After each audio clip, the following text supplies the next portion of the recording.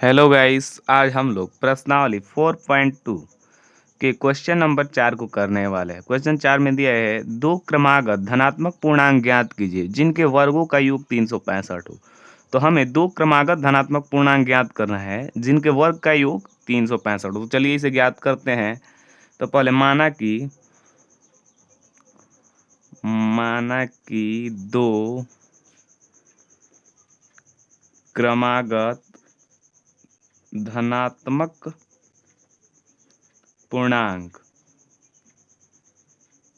X एवं question बोल रहा है क्रमागत धनात्मक पूर्णांक। तो पहला हम एक्स मान लिए हैं, तो इसका अगला हो जाएगा एक्स प्लस वन। तो दो धनात्मक क्रमागत पूर्णांक एक्स एवं एक्स प्लस वन है। तो इसलिए प्रश्नानुसार दोनों के वर्गों का योग जो हो 365 के बराबर होना चाहिए। तो पहले एक्स का वर्ग कर देंगे और प्लस में एक्स प्लस वन का वर्ग कर देंगे। तो यहाँ पर हो जाएगा एक्स प्लस वन का होल स्क्वायर इक्वल में 365।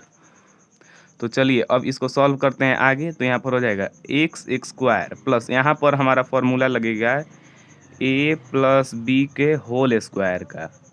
यह फार्मूला होता है a square plus b square plus 2ab।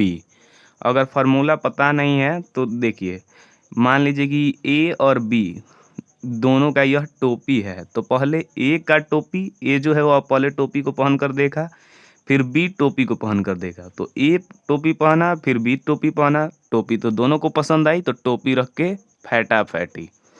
तो इस प्रकार से आप फॉर्मूला को याद कर सकते हैं, ए प्लस बी का whole square a square plus b square plus 2ab। तो चलिए अब इस फार्मूले पर इसको बनाते हैं। तो यहाँ पर हो जाएगा एक्स स्क्वायर प्लस वन का स्क्वायर प्लस में 2x इक्वल 365।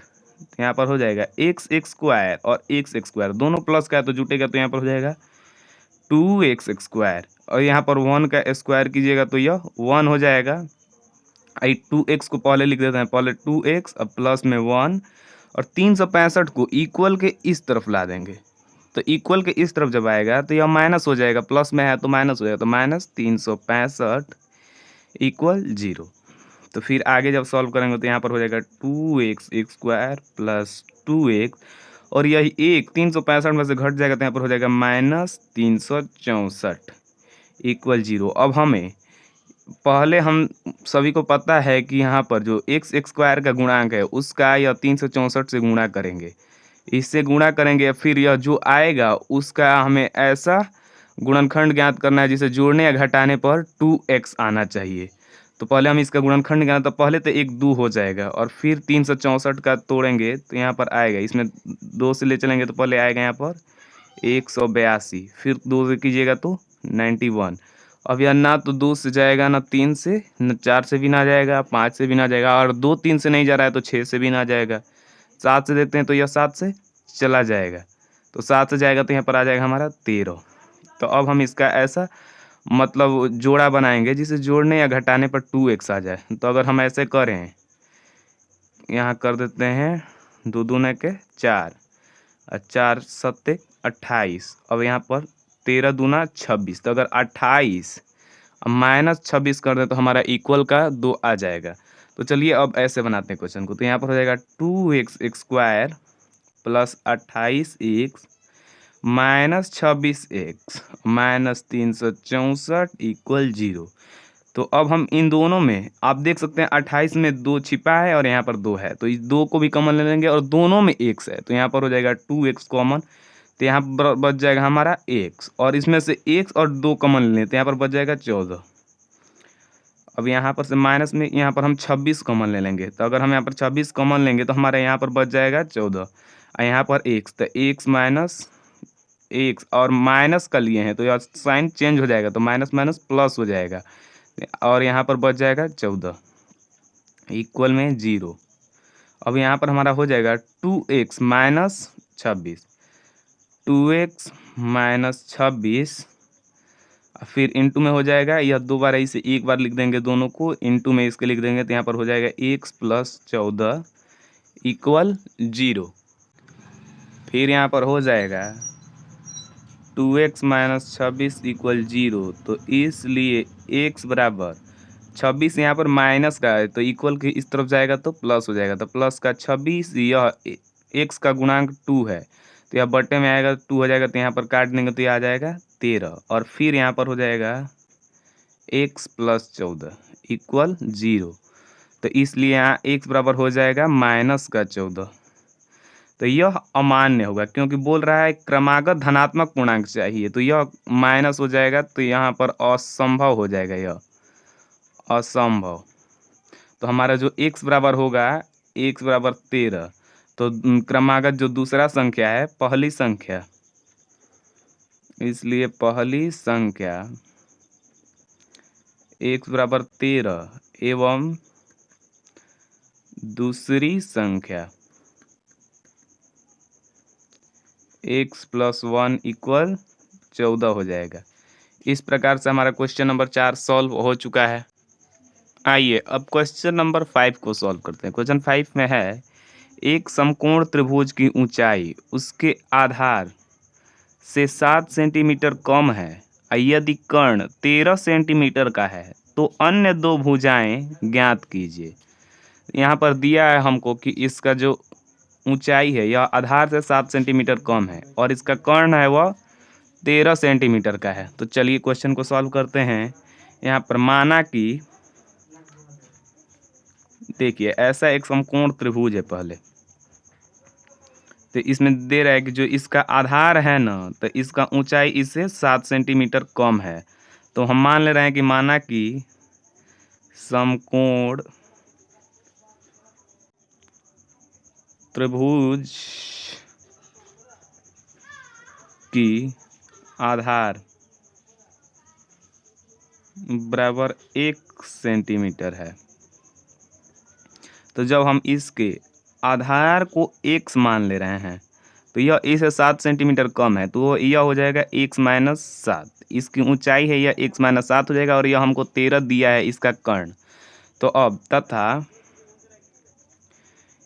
समकोण त्रिभुज की ऊंचाई x माइनस 7 सेंटीमीटर है एवं कर्ण हमको दिया है समकोण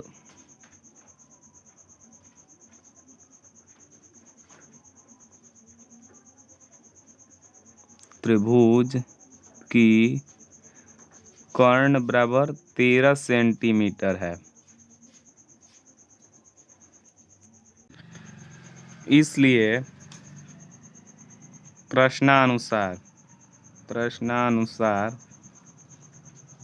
नहीं, हम इस क्वेश्चन को पाइथागोरस प्रमेय कहता है कि जब किसी त्रिभुज का आधार के वर्ग का योग प्लस में लंबाई के वर्ग का योग कीजिएगा तो यह कर्ण के वर्ग के योग के बराबर है।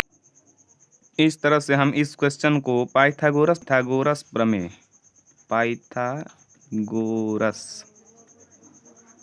प्रमेय से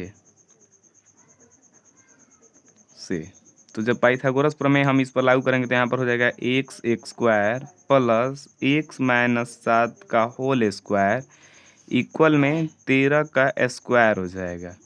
तो अब आगे सॉल्व करेंगे तो यहाँ पर हो जाएगा एक्स स्क्वायर। अब इसका होल स्क्वायर का फॉर्मूला जब हम यहाँ पर लगाएंगे तो यहाँ पर हो जाएगा एक्स स्क्वायर, 7 का स्क्वायर होगा तो प्लस में 49 और माइनस का 14 एक्स इक्वल में 169 है। 13 का स्क्वायर कीजिएगा तो यह 169 हो जाएगा।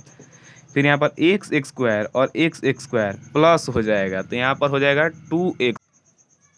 यहाँ पर आ जाएगा हमारा 2x स्क्वायर प्लस माइनस पहले ले लेते हैं माइनस 14x प्लस 49 और यह 169 इक्वल के इस तरफ प्लस में है तो इक्वल के इस तरफ जब लाएंगे तो यह माइनस का हो जाएगा तो माइनस 169 इक्वल 0। तो यहाँ पर हो जाएगा 2x स्क्वायर माइनस 14x और जब 49 169 में से घटेगा तो यहाँ पर आ जाएगा माइनस 120 इक्वल 0।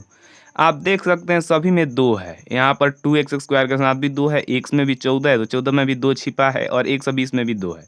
तो हम इन सभी में 2 से भाग कर देते हैं। तो 2 से जब सब में भाग कीजिएगा तो यह 2 कट जाएगा और यहाँ पर 14 जो है यह 7 बार में कट जाएगा और 120 भी 60 बार में कट जाएगा और 0 के बट्टे में कुछ भी लिखिएगा वो 0 ही होगा। तो यहाँ पर आ जाएगा x square minus 7x minus 60 equal 0। तो अब 60 का ऐसा गुणनखंड ज्ञात करना है हमें जिसे जोड़ने या घटाने पर 7x आना चाहिए। तो आइए इसका गुणनखंड ज्ञात करते हैं। गुणनखंड ज्ञात किया पहले इसे हम ले चलते हैं 2 से, तो 2 से ले जाएगा तो 30 हो जाएगा, फिर 2 से ले चलिएगा तो यहाँ पर 15 आ जाएगा। अब यह 2 से नहीं जाएगा तो 3 से जाएगा, तो 3 से ले जाएगा तो यहाँ पर आ जाएगा 5।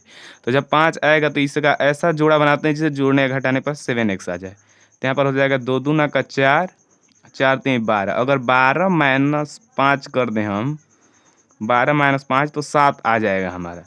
तो अब इसे आगे बनाते तो जब यहाँ पर हो जाएगा एक्स स्क्वायर माइनस 7 12x, यहाँ पर प्लस 5x लिखेंगे, अब माइनस 60 इक्वल 0। यहाँ पर ऐसा हम इसलिए लिखें क्योंकि अगर 12x में प्लस 5x कर दें तो यहाँ पर माइनस का है या प्लस का है, तो दोनों का साइन अलग अलग है तो यह घट जाएगा। तो जब 12x में से 5 घटेगा तो यहाँ माइनस का 7x बच जाएगा। अब आगे सॉल्व करेंगे तो इन दोनों में से x को हम कॉमन लेंगे। तो जब x का कॉमन लीजिएगा तो यहाँ पर हो जाएगा x माइनस 12 और इसमें से 5 को कॉमन ले लेंगे क्योंकि 60 में भी 5 है और यहाँ पर तो 5x दिख ही रहा है। तो यहाँ पर 5 कॉमन ले लेंगे तो यहाँ पर हो जाएगा x माइनस 12 इक्वल 0। तो यहाँ पर हमारा आ जाएगा x plus 5 into x minus 12 या x प्लस 5 इक्वल 0, इसलिए x बराबर 5 और फिर x माइनस 12 इक्वल 0, इसलिए x बराबर 12। यहाँ पर प्लस में है तो इक्वल के इस तरफ आएगा तो यहाँ पर माइनस का होगा। अगर माइनस होगा तो त्रिभुज का कोई भी हिस्सा माइनस नहीं हो सकता है, कोई भी लंबाई माइनस नहीं हो सकता, तो यह असंभव होगा। तो यह असंभव है, तो हमारा संभव जो है वह 12 हो जाएगा। इसलिए हमारा जो त्रिभुज का आधार है, आधार को हम x माने हैं, तो इसलिए समकोण त्रिभुज की आधार x बराबर 12 सेंटीमीटर तथा समकोण त्रिभुज की ऊंचाई x माइनस 7 माने थे, तो यहाँ पर 12 माइनस 7 जब होगा तो इक्वल में 5 सेंटीमीटर हो जाएगा। इस प्रकार से हमारा क्वेश्चन 5 नंबर भी सॉल्व हो गया है। Thank you guys.